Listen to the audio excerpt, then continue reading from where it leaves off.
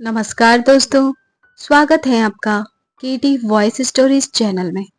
दोस्तों, हमारी आज की कहानी है प्यार की भूख। मेरा नाम बबीता है। मेरी उम्र 18 साल है। मैं एक बहुत ही गरीब गांव से ताल्लुक रखती थी। मेरे माँ बाप बचपन में ही इस दुनिया से चल बसे थे। मेरे भाई ने ही मुझे पाल पोस कर बड़ा किया था। लेकिन जब मेरे भाई की शादी हुई तो भाभी के आ जाने के बाद मेरे भाई में भी बहुत सारे बदलाव आने लगे थे। मेरी भाभी दिन भर मुझसे घर का काम काज करवाया करती थी। उन्होंने मुझे घर में पूरा नौकरानी बनाकर रखा हुआ था।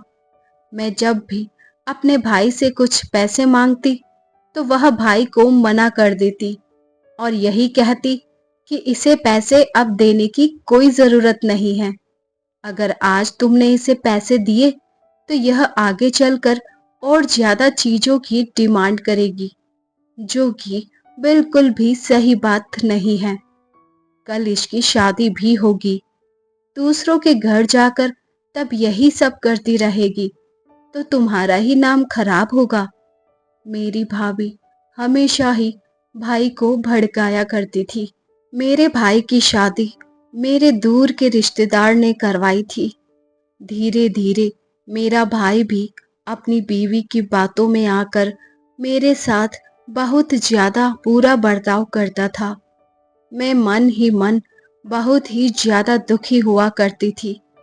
मैं जब भी अपनी सहेलियों के साथ बैठा करती थी तो अपने सारे दुख दर्द भी भूल जाया करती थी। सहेलियों के साथ बैठकर मेरा भी मन लग जाया करता था। मेरी सहेलियों की भी शादी अब जल्द से जल्द हो रही थी, क्योंकि हमारे गांव में लड़कियों की शादी कम उम्र में ही कर दी जाती थी। लेकिन माँ बाप लड़कियों की शादी में लड़के वालों को मुंह मांगी कीमत भी अदा किया करते थे। शादी होते देखकर मेरे भी कई सारे अरमान थे। मेरा भी मन था कि मेरी शादी एक ऐसे शख्स से हो जो मुझे बेपनाह मोहब्बत करे। मेरी सहेलियां भी मुझे सुहागरात की रात के बारे में बताया करती थी, जिसे सुनकर मेरे भी जज्बात उठने लगते थे। मैं कम उम्र की थी, इसलिए मुझे सुहागरात के बारे में बिल्कुल भी पता नहीं था। सहेलियों की बात सुनने के बाद और यही सोचती थी कि मैं इसी तरह अपने पति के साथ शादी की रात प्यार लुटाया करूंगी। अब मैं दिन रात यही सोचा करती थी कि जब भी मेरी शादी होगी तब मैं खूब मजे किया करूंगी। इस तरह मैं अपनी जिंदगी काट रही थी। घर के कामकाज करके मैं शाम को अपनी सहेलियों के साथ बैठकर बातें किया करती थी। अक्सर मुझे अपने पति के साथ सुहागरात के बारे में वो यह सब बताया करती थी।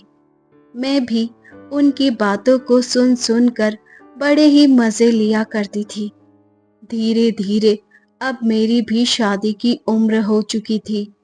इसी वजह से भाई ने भाभी से कहा कि वह मेरे लिए रिश्ता ढूंढने लगे हैं, जिसे सुनते ही भाभी जल्दी खड़ी हो गई और कहने लगी, कोई जरूरत नहीं है। जब भाई और मैंने भाभी की तरफ देखा तो वह कहने लगी, मेरा मतलब है कि मैं खुद अपनी ननद के लिए अच्छा सा रिश्ता ढूंढी हूँ। यह सुनते ही मेरे चेहरे पर एक मुस्कुराहट आई थी। मैंने सोचा, चलो आज कहीं ना कहीं भाभी के दिल में मेरे लिए मोहब्बत जाग उठी, क्योंकि वह भी एक औरत है और मेरी शादी भी एक अच्छे से घराने में करेंगी। यही सोचते सोचते अब कुछ दिन बीत चुके थे। तभी भाभी एक दिन हमें कहने लगी कि बबीता, एक लड़के के यहाँ रिश्ता पक्का कर दिया है। जब मैंने यह बात कही कि भाभी, आपने तो उस लड़के को मुझसे मिलवाया नहीं, तब भाभी कहने लगी, यह कोई बात हुई? लड़कियां भला लड़कों से मिलती हैं क्या? मैंने कहा, कि ठीक है, तो आपने भाई से क्यों नहीं मिलवाया? दोस्तों, मेरी भाभी जो थी वह बड़ी ही चालाक किस्म की थी। जो उन्हें पता था कि मेरी शादी में लड़के वालों की डिमांड के अनुसार उन्हें देना पड़ेगा, उन्होंने बड़ी ही चालाकी से मेरे भाई से कहा कि उन्होंने एक बहुत ही अच्छे घराने के लड़के से मेरा रिश्ता पक्का कर दिया है। और खुशी की बात तो यह है कि इस लड़के के परिवार वालों ने शादी के लिए कोई डिमांड नहीं की, यानी कि हमारा कोई खर्चा नहीं होगा। जिसे सुनकर भाई कहने लगा, ये तो बहुत ही अच्छी बात है। मुझे मेरी बीवी पर पूरा भरोसा है, वह मेरी बहन के लिए बेहतर ही चुनेगी। मैंने भी सोचा कि चलो अच्छी बात है, भाई के ऊपर ज्यादा खर्चा नहीं आएगा। इसी तरह कुछ दिन बीत चुके थे। भाभी के कहने से मेरी शादी 1 हफ्ते के बाद होने वाली थी। उन्हीं हफ्तों में अपनी शादी के लिए मैं बड़ी बेकरार थी। मेरी सहेलियों ने भी मुझे शादी की रात की पूरी ट्रेनिंग पहले से दे रखी थी, ताकि मुझे कोई भी परेशानी ना हो। इसी तरह दिन गुजर चुके थे। मेरी शादी की रात भी नजदीक आ चुकी थी। मेरी शादी की रात का समय होने वाला था। इसी वजह से मैं दुल्हे को बिल्कुल भी नहीं देख पाई थी। भाभी ने चुपचाप मुझे सोफे पर ले जाकर बिठा दिया। मैं बड़ी बेकरार हो रही थी। अब आने वाली जिंदगी के बारे में सोच रही थी। जब मेरा खुद का घर होगा, मेरा खुद का परिवार होगा और मुझे अपने भाई भाभी के घर नौकरानी बनकर बिल्कुल भी नहीं रहना पड़ेगा। लेकिन मैं शायद गलत थी। कभी कभी हम जो सोचते हैं हमें वैसा बिल्कुल भी नहीं मिलता, क्योंकि किस्मत में हमारे क्या लिखा होता है यह हमें बिल्कुल भी नहीं पता होता है। बड़ी ही सादगी के साथ उस दिन मेरी शादी हो चुकी थी। मैं शादी करके अपने पति के साथ ससुराल चली गई थी। जब मैं घर के अंदर दाखिल हुई तो बहुत ही पुराना सा घर था, जहां पर दीवारों को भी बिल्कुल भी पेंट नहीं किया था। मैंने सोचा कि शादी वाले दिन है, कम से कम लड़के वालों को अपने घर की मरम्मत तो करवा लेनी चाहिए थी। लेकिन मैंने बस इस बात को ज्यादा गौर नहीं किया। जैसे ही मैं घर के अंदर दाखिल हुई, घर का हाल बहुत ही ज्यादा अलग किस्म का था। बल्कि हमारे घर से भी यह घर बहुत ही ज्यादा छोटा था। घर में मेरी सास और मेरे पति ही अकेले रहा करते थे। मेरी सास थोड़ी बुजुर्ग थी, इसी वजह से कुछ रस्म करने के बाद वह अपने कमरे में चली गई थी। लेकिन जैसे मेरे पति ने मुझे मेरे कमरे तक पहुंचाया, कमरे का मंजर देखकर मैं तो थोड़ा परेशान हो चुकी थी, क्योंकि घर ऐसा था जैसे मानो सदियों से बिखरा पड़ा हो, क्योंकि बिल्कुल भी साफ सफाई नहीं की गई थी। मेरे पति ने कमरे में भेजकर मुझे कहा कि मैं कुछ देर बाद वापस आता हूँ, तुम बैठकर यहाँ आराम करो। अब मैं बिस्तर पर बैठकर बड़ी बेबसी से अपने पति का इंतजार कर रही थी। मैंने सोचा, चलो घर जैसा भी हो, लेकिन पति तो अच्छा निकला, क्योंकि उसने शादी के दौरान हमसे कोई भी डिमांड नहीं की थी। इसलिए मैं बहुत ही ज्यादा खुश थी। अब मैं अपने पति के साथ आने वाले वक्त के बारे में सोच रही थी। मुझे किस तरह अपने पति से प्यार करना है, पति को कैसे अपनी तरफ करना है, यही सोच सोच कर मैं मन ही मन बड़ी ही खुश हो रही थी। लेकिन फिर पूरे 2 घंटे के बाद मेरा पति कमरे में दाखिल हुआ। लेकिन वह जिस हाल में आया था उसे देखकर मैं पूरी चौंक गई थी। क्योंकि वह पूरा नशे में धुत था। मैंने अपने पति को पकड़ा और उन्हें बिस्तर पर बिठाया। तभी मेरे पति ने मुझे पकड़कर बिस्तर पर धक्का दे दिया और फिर लाइट बंद करते ही पूरे जोश के साथ मेरे साथ जो किया, उन्होंने मेरी चीख निकाल दी थी। मैं चाहती थी कि मेरा पति मुझसे बेपनाह प्यार करे, लेकिन जिस हाल में मैं और जिस तरीके से यह मुझ पर प्यार लुटा रहा था, यह मुझे बड़ा ही खराब लग रहा था। मुझे ऐसा लग रहा था मानो कोई मेरे साथ जबरदस्ती कर रहा हो। लेकिन अभी तक भी मुझे सच्चाई के बारे में बिल्कुल भी पता नहीं था। वह सच्चाई मेरी भाभी ने मुझसे और मेरे भाई से छुपा कर रखी थी। मेरी भाभी ने बड़े ही चालाकी से यह खेल खेला था। दूसरे दिन जब मैं उठी तो मुझे बिस्तर से उठने की हिम्मत भी नहीं हो रही थी। मेरा पूरा बदन कमजोर हो चुका था। लेकिन सुबह सुबह मेरी सास दरवाजा खटखटाने लगी थी। वह मुझे कहने लगी कि बहू, जल्दी उठो और घर की साफ सफाई करो, जिसे सुनकर मैं पूरा हैरान रह चुकी थी। भला कौन सी सास बहू को दूसरे दिन घर की सफाई के लिए कहती है। लेकिन मैंने सोचा कि शायद इनका यही रिवाज होगा।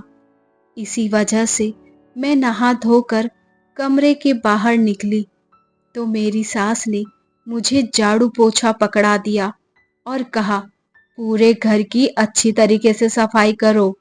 बहुत टाइम से घर की अच्छी सफाई नहीं कर पाई थी, तो तुम आ गई हो, तो अब से तुम ही किया करोगी।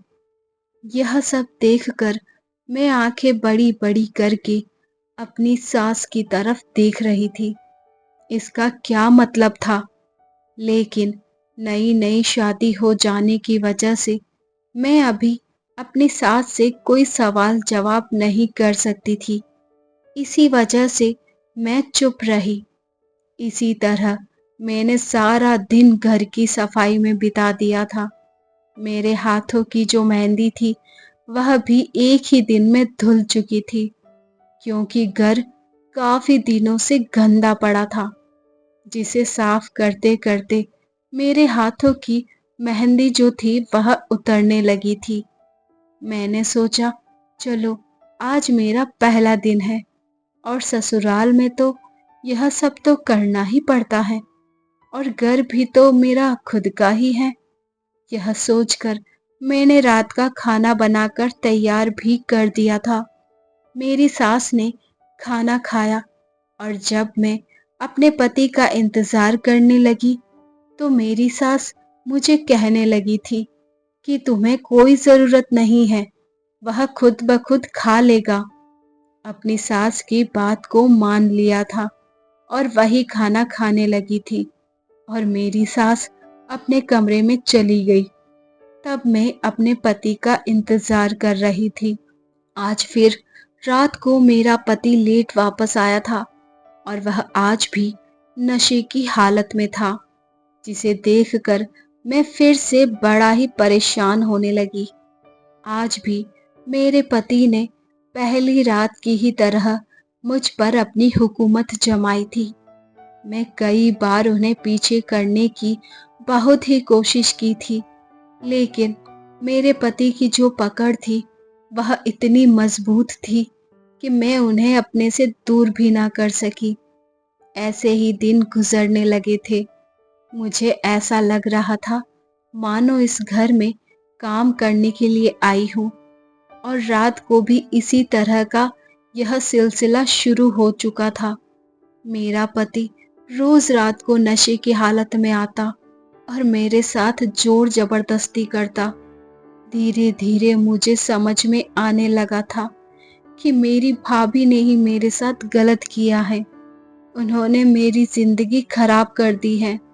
उन्होंने मेरी शादी शराबी के साथ कर दी, जिसके बदले में ससुराल वालों ने कोई डिमांड नहीं की थी।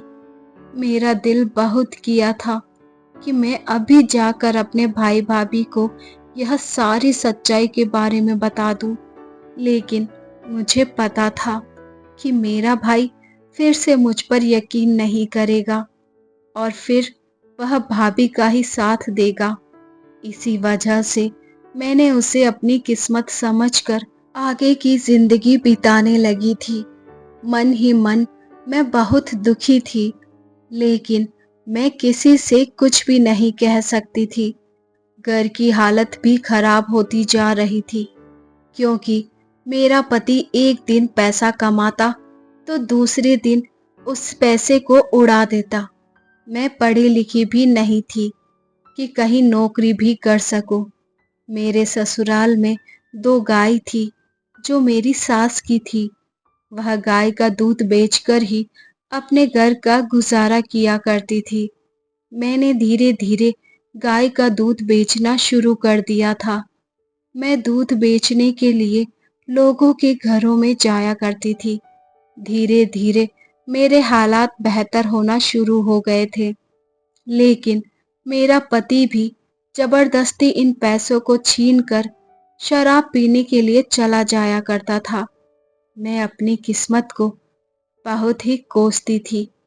भगवान ने आखिर मुझे किस चीज की सजा दी थी?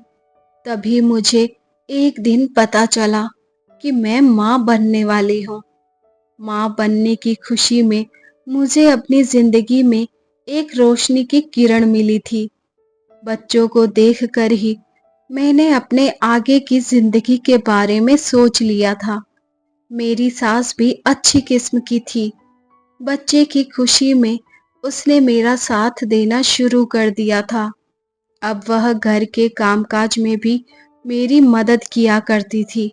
मेरा पति इस हालत में भी मेरे साथ गलत ना करे, इसी वजह से उसने मुझे अपने साथ अपने कमरे में सोने की इजाजत दे दी थी।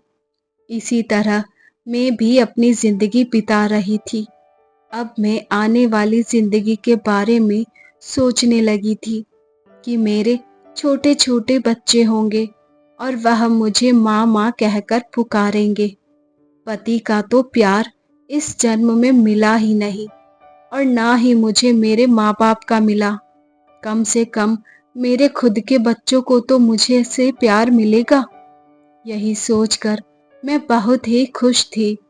फिर पूरे 9 महीनों के बाद मैंने 2 जुड़वा बच्चों को जन्म दिया था। कुछ दिन तो मैं बिस्तर पर ही आराम कर रही थी, क्योंकि बच्चे हो जाने की वजह से मुझ में बहुत कमजोरी आ चुकी थी। लेकिन अब धीरे धीरे घर के हालात भी फिर से खराब होने लगे थे, क्योंकि मेरा पति तो कोई कामकाज बिल्कुल भी नहीं करता था। उसे बिल्कुल भी मेरे बच्चों की कोई भी फिक्र नहीं थी। मेरी सास थी जो मेरे बच्चों की देखभाल किया करती थी। फिर 1 महीने के बाद मैंने फिर से दूध बेचने का काम शुरू कर दिया। 1 महीने दूध ना बेचने की वजह से जो मुझसे दूध खरीदा करती थी, उन्होंने किसी और से दूध लेना शुरू कर दिया था। इसी वजह से अब मुझे दूध बेचने में थोड़ी परेशानी होने लगी थी। मैं जब शाम को अपने बच्चों के पास आती तो भूख से बिलखते रहते और रो रहे होते, जिसे देखकर मुझे काफी दर्द भी होता है। मन ही मन मैं बहुत दुखी होती कि कम से कम अपने बच्चों के लिए भी कुछ नहीं कर पा रही हूँ। मेरी सास मुझे बहुत हिम्मत दिया करती थी। वह मुझे हमेशा कहती थी कि तुम बहुत ही बहादुर लड़की हो, तुम बिल्कुल भी हार मत मानो। देखो, कहीं दूसरी जगह पर जाकर दूध बेचा करो, शायद वहां किसी को जरूरत हो। यही सोचकर दूसरी जगह पर जाकर लोगों के घरों में दूध बेचना फिर से शुरू कर दिया था। कुछ दिन तो मुझे थोड़ी परेशानी हो रही थी, लेकिन बाद में धीरे धीरे मेरे दूध की बिक्री होने भी लगी। लोग दूध के बदले मुझे काफी अच्छी कीमत भी दिया करते थे, जिससे मेरे घर के हालात बहुत बेहतर होने भी शुरू हो चुके थे। एक दिन जहां मैं दूध बेचने के लिए रोज जाया करती थी, वहां एक औरत थी जिससे मेरी मुलाकात हुई थी। वह औरत मुझे कहने लगी कि तुम्हारा दूध बाकी दूध वालों के मुकाबले काफी फ्रेश होता है। तुम एक काम करना, यहाँ से कुछ दूर एक बहुत बड़ा सा बंगला पड़ता है, तुम वहां पर ही रोज दूध देकर आना। वहां पर तो तुम्हें काफी अच्छे पैसे भी दे देंगे।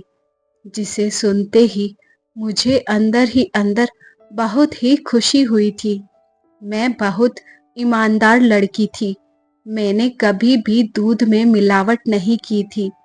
इसी वजह से लोग मुझसे दोबारा दूध खरीदा करते थे। दूसरे दिन उस औरत के कहने के मुताबिक मैं उस पते पर पहुंच चुकी थी। वह अब बंगला आगे से काफी ज्यादा दूर भी था, जिसे चलते चलते मेरे पैरों में सूजन आने लगी थी। वह घर बाकी घरों के मुकाबले काफी अलग सा था। जब मैं उस बंगले का दरवाजा खटखटाया तो सामने एक बहुत ही हैंडसम सा आदमी आकर खड़ा हो चुका था। उसे देखकर मैं थोड़ी हड़बड़ा सी गई थी। वह मुझे देखकर घूरकर कहने लगा कि आप कौन हो? मैंने कहा, जी मुझे यहाँ पर बताया गया कि यहाँ पर फ्रेश दूध की जरूरत है। उस आदमी ने कुछ देर मुझे ऊपर से लेकर नीचे तक देखा और फिर मुझे पूछने लगा, तुम दूध में मिलावट तो नहीं करती? मैंने यह कहा कि नहीं नहीं, आप एक बार इस दूध को खरीदे। जब आप इसे खरीदेंगे तब आपको खुद पता चल जाएगा। फिर उस आदमी ने कुछ देर सोचने के बाद मुझे कहा, ठीक है, तुम रोज मुझे 1 लीटर दूध रोज दिया करो। दूध देने के बाद मैं अपने घर वापस आ चुकी थी। अब मैं बहुत ही खुश थी क्योंकि मुझे एक और जगह पर दूध बेचने का काम मिल चुका था। अब मैं रोज इसी तरह दिन रात मेहनत किया करती थी और रात को जब घर आती तो अपने बच्चों के साथ वक्त बिताया करती थी। धीरे धीरे मैं अपने बच्चों की जरूरतों को भी पूरा करने लगी थी, लेकिन मेरी जिंदगी में मुश्किलें कम ही नहीं थी। अभी भी बहुत सारी परेशानी आनी बाकी थी। एक दिन मैं उस आदमी के घर दूध बेचने के लिए गई। जब उसने दरवाजा खोला तो कुछ देर बाद ही अंदर से एक बहुत ही तेज एक बच्चे के रोने की मुझे आवाज आने लगी। वह आदमी भागता हुआ उस बच्चे को चुप कराने के लिए घर के अंदर चला गया। बच्चे की पुकार से मैं भी अंदर भागती हुई आई थी। उसका बच्चा बहुत ही जोरों से रो रहा था। वैसे वह बिल्कुल भी चुप नहीं हो रहा था, जैसे वह आदमी बच्चों को चुप करा रहा था। मैं एक माँ थी और इसी वजह से मैंने उस बच्चे को गोद में ले लिया और कहा, मैं इसे चुप करा देती हूँ। वह आदमी मुझे बड़ी बड़ी आंखों से देखते हुए कहने लगा कि तुम तो एक लड़की हो और तुम कहाँ से बच्चों को संभाल पाओगी? तभी मैंने उनसे कहा कि मेरे भी 2 छोटे छोटे बच्चे हैं, आप एक बार मुझ पर यकीन करें। जब उसने बच्चे को मेरी गोद में दिया तो वह थोड़ी देर बाद ही वह बच्चा चुप हो चुका था। वह बच्चा बड़ा ही देखने में खूबसूरत था। उसकी मासूमियत उस बच्चे के चेहरे पर पूरी झलक रही थी। वह आदमी मुझे फिर से बड़ी बड़ी गहरी आंखों से देख रहा था। तभी मुझे कहने लगा कि तुम्हारी उम्र से तो यह अंदाजा बिल्कुल भी नहीं लगाया जा सकता है कि तुम 2 बच्चों की माँ हो। कुछ देर बाद बच्चा शांत हो जाने से मैंने उस आदमी को वापस कर दिया और दूध देने के बाद मैं अपने घर आ चुकी थी। अब मैं रोज दूध देने के बाद उस आदमी के साथ बातचीत किया करती थी। वह आदमी बड़ा ही शरीफ इंसान था। उसने बताया था कि उसका एक ही बच्चा है और बच्चे की डिलीवरी के बाद उसकी माँ चल बसी थी। तभी से वह बच्चे को खुद ही संभाल रहा है। उसे बहुत दिक्कत होती है बच्चे को संभालने में।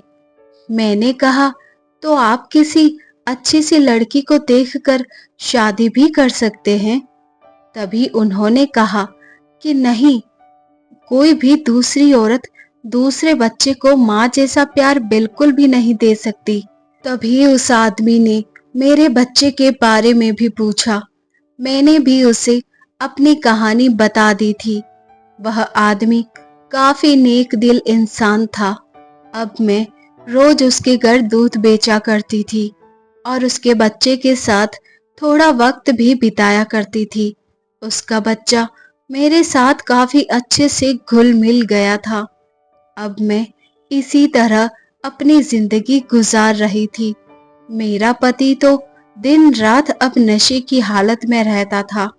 उसे तो मेरी और मेरे बच्चों की बिल्कुल भी फिक्र नहीं रहती थी, बल्कि उसे तो अपने खुद की सगी माँ की भी कोई फिक्र नहीं रहती थी। मेरी सास थोड़ी बुजुर्ग होती जा रही थी। अब मेरे बच्चे थोड़े बड़े होते जा रहे थे। धीरे धीरे बच्चों को संभालना मेरे लिए भी मुश्किल होता जा रहा था। फिर एक दिन मेरा बच्चा बहुत तेज बीमार हो चुका था। डॉक्टर ने मुझे कहा कि दोनों बच्चे जुड़वा हो जाने की वजह से दोनों को ही तुरंत अस्पताल में एडमिट करना पड़ेगा, क्योंकि बच्चों को निमोनिया हो चुका है। इसके लिए काफी सारे पैसों की भी जरूरत पड़ेगी। मेरे पास इतने सारे पैसे तो बिल्कुल भी नहीं थे। मैं भागती हुई घर आकर अपने पति से भीख मांगने लगी थी, लेकिन वह तो मुझे धक्का देकर दोबारा घर से जा चुका था। अब मेरे पास कोई रास्ता नहीं था। मैं जिन जिन घरों में दूध बेचा करती थी, मैं वहां जाकर भीख मांगने लगी, लेकिन इतनी बड़ी रकम के लिए कोई भी मेरी मदद करने के लिए बिल्कुल भी तैयार नहीं था। मेरे पास सिर्फ अब एक ही घर बचा था। मैं भागती हुई उस आदमी के घर पहुंची थी। मुझे इतना हड़बड़ाता हुआ देखकर वह आदमी मुझे कहने लगा, क्या हुआ बबीता? मैं जल्दी से उसके आगे हाथ जोड़ दिए कि मुझे अभी कुछ पैसों की अर्जेंट जरूरत है। मेरे दोनों बच्चे बीमार हैं और उन्हें जल्द से जल्द हॉस्पिटल में एडमिट करना पड़ेगा। मेरे बच्चों के अलावा मेरा इस दुनिया में कोई भी नहीं है। मेरा पति भी पूरा निकम्मा है। वह अभी मेरी मदद बिल्कुल भी नहीं करना चाहता। उसे तो मेरे बच्चों की बिल्कुल भी परवाह नहीं है। कुछ देर तो वह आदमी सोचने लगा और फिर उसके बाद उसने मुझे एक ऐसी बात कही जिसे सुनकर मेरे पूरे होश उड़ गए थे। वह आदमी मुझे कहने लगा कि आज मैं दूध तुमसे बिल्कुल भी नहीं लूंगा। मैंने कहा, अभी आप यह सब बातें क्यों कर रहे हैं?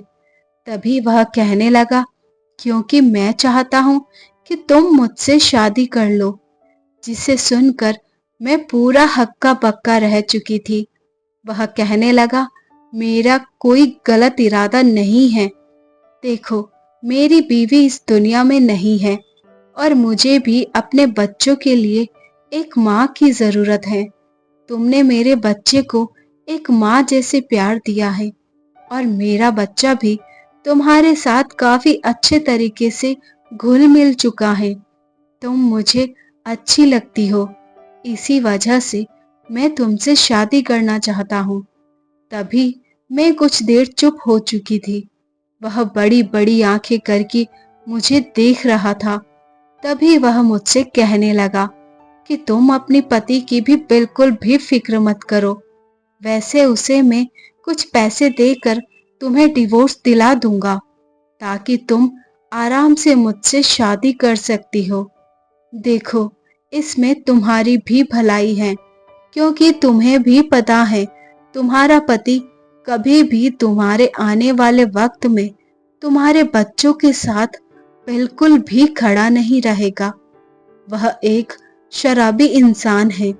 एक शराबी इंसान के साथ जिंदगी क्या होती है वो तो तुम अच्छे तरीके से जानती हो।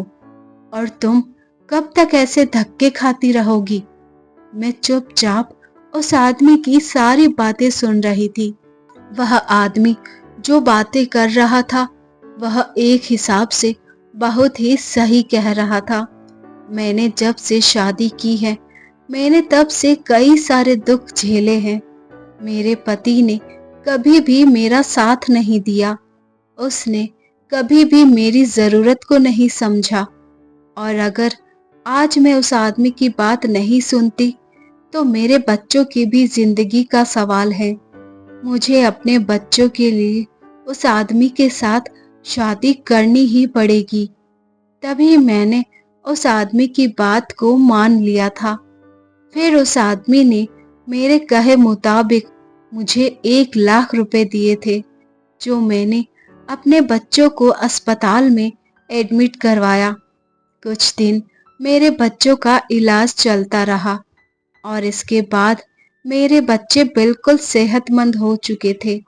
मैं वापस अपने घर लेकर आ गई थी उन्हें। अब कुछ दिन बाद वह आदमी मेरे घर पहुंचा। उसने मेरे पति को 2 लाख रुपए दिए। उसके बदले में मेरे पति ने मुझे डिवोर्स दे दिया। उसने एक बार भी मेरे बारे में बिल्कुल भी नहीं सोचा था। मैं भी चुपचाप डिवोर्स के पेपर पर साइन करके उस आदमी के साथ कोर्ट में जाकर शादी कर ली। फिर उसके बाद मैं उसके घर आकर रहने लगी। कुछ दिन तो मुझे बहुत ही अजीब सा लग रहा था, लेकिन धीरे धीरे उस आदमी के दिल में मेरे बच्चों को लेकर जो मोहब्बत थी उसे देखकर मैं पूरी पिघल चुकी थी। वह आदमी सच में नेक इंसान था। वह मेरे बच्चों में कभी भी फर्क नहीं करता था। उसने मेरे बच्चों को भी अपने बच्चों की तरह ही प्यार दिया था। जब भी वह शाम को घर वापस आता तो अपने बच्चे के साथ साथ मेरे बच्चों के लिए भी खिलौने लेकर आता। अब धीरे धीरे मुझे भी उससे प्यार होने लगा था। शादी हो जाने के बाद हमने एक बार भी सुहागरात नहीं मनाई थी, क्योंकि मेरे पति ने मुझे कहा था कि जब तुम चाहोगी तभी मैं तुम्हारे करीब आऊंगा। इसी वजह से मैं शाम को अपने पति के आने से पहले ही पूरे घर को अच्छे तरीके से सजा लिया। जब मेरा पति घर के अंदर दाखिल हुआ तो वह मुझे देखकर हैरान हो चुका था। मैंने सारे बच्चों को दूसरे रूम में सुला दिया। मैं अपने पति का हाथ पकड़कर उसे अपने साथ कमरे में ले गई। वह कमरे में आकर मुझे बड़ी बड़ी आंखें करके देख रहा था। उसके चेहरे पर हल्की सी मुस्कान थी। मैंने उसका हाथ पकड़कर उसे कहा, तुम मेरी जिंदगी में आए हो और मेरी जिंदगी बदल चुकी है। मेरे बच्चों को बेहतर बाप मिल चुका है। अगर तुम मेरी जिंदगी में ना आते तो शायद अभी भी मैं अपनी जिंदगी में परेशानियां झेल रही होती। इसके आगे मैं उसे कुछ कहने ही वाली थी कि तभी मेरे पति ने मुझे चुप करते हुए कहा, जो वक्त गुजरा है उसे छोड़ो और जो वक्त है इसे अच्छे से एंजॉय करो। फिर हम दोनों ने एक दूसरे को गले लगा लिया और फिर हमने एक दूसरे पर खूब जम के प्यार भी किया था। आज मेरी जो जन्मों की प्यास थी मैंने वह पूरी की थी। जो शादी को लेकर डर था आज पूरा खत्म हो चुका था। अब मैं अपनी जिंदगी में बहुत ही ज्यादा खुश हूँ। धन्यवाद। तो दोस्तों, ये थी हमारी आज की कहानी। आई होप आपको पसंद आई होगी। ऐसी ही और कहानियाँ सुनने के लिए बने रहिए हमारे साथ। अपना प्यार सपोर्ट दीजिए। चैनल पर नए हैं तो सब्सक्राइब करें, बेल आइकन प्रेस करें ताकि न्यू स्टोरी का नोटिफिकेशन आपको मिल सके। Thank you.